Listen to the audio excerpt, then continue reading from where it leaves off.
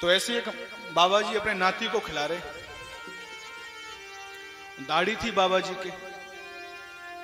अब नाती करे बा बा बा बा बा बा। संत जी निकले तो महाराज जी ने प्रणाम किया। ओहो महाराज, खूब बड़े दर्शन हुए आपके। संतों के दर्शन बड़े भाग्य से मिलते हैं।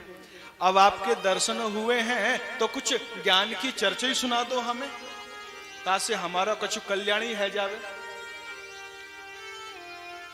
संत जी बोले देखो, गोदी में नाती खिला रहे हैं और हमसे कह रहे हैं कि ज्ञान की बात बताओ।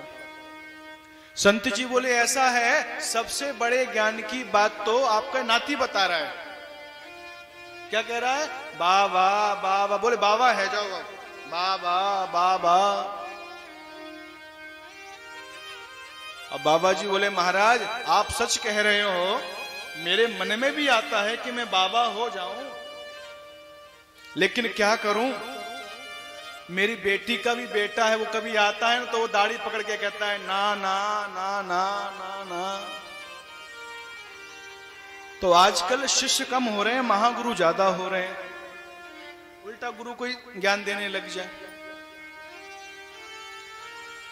बिटियन जमाई ले गए, बहुवन ले गई पूत।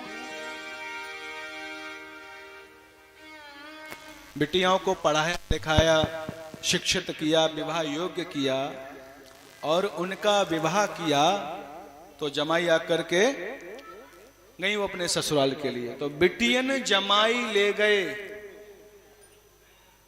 और कहीं बहू भी अगर जॉब वाली मिल गई तो हो गए बारे के न्यारे। तो बहुवन ले गई पूत। अब ना तो बिटिया की आशा रही ना बेटे की आशा रही। बिटियन जमाई ले गए, बहुवन ले गई पूत, और नातिन की आशा करोगे तो मर के बनोगे भूत। बोलो राधे राधे। तो किसी की आशा करने का मतलब नहीं है सज्जनों। आशा एक राम जी से, दूसरी आशा तोड़ दे, और नाता एक राम जी से, दूजा नाता तोड़ दे। सतयुग में मनुष्य की आयु होती थी 1,00,000 वर्ष की। हाँ, ये प्रमाण है पुराणों में। सतयुग के बाद आया त्रेता युग। त्रेता युग में मनुष्य की आयु रह गई 10,000 वर्ष की।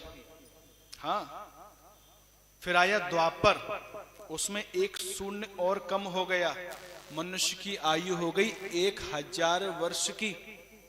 अब आ गया कलयुग।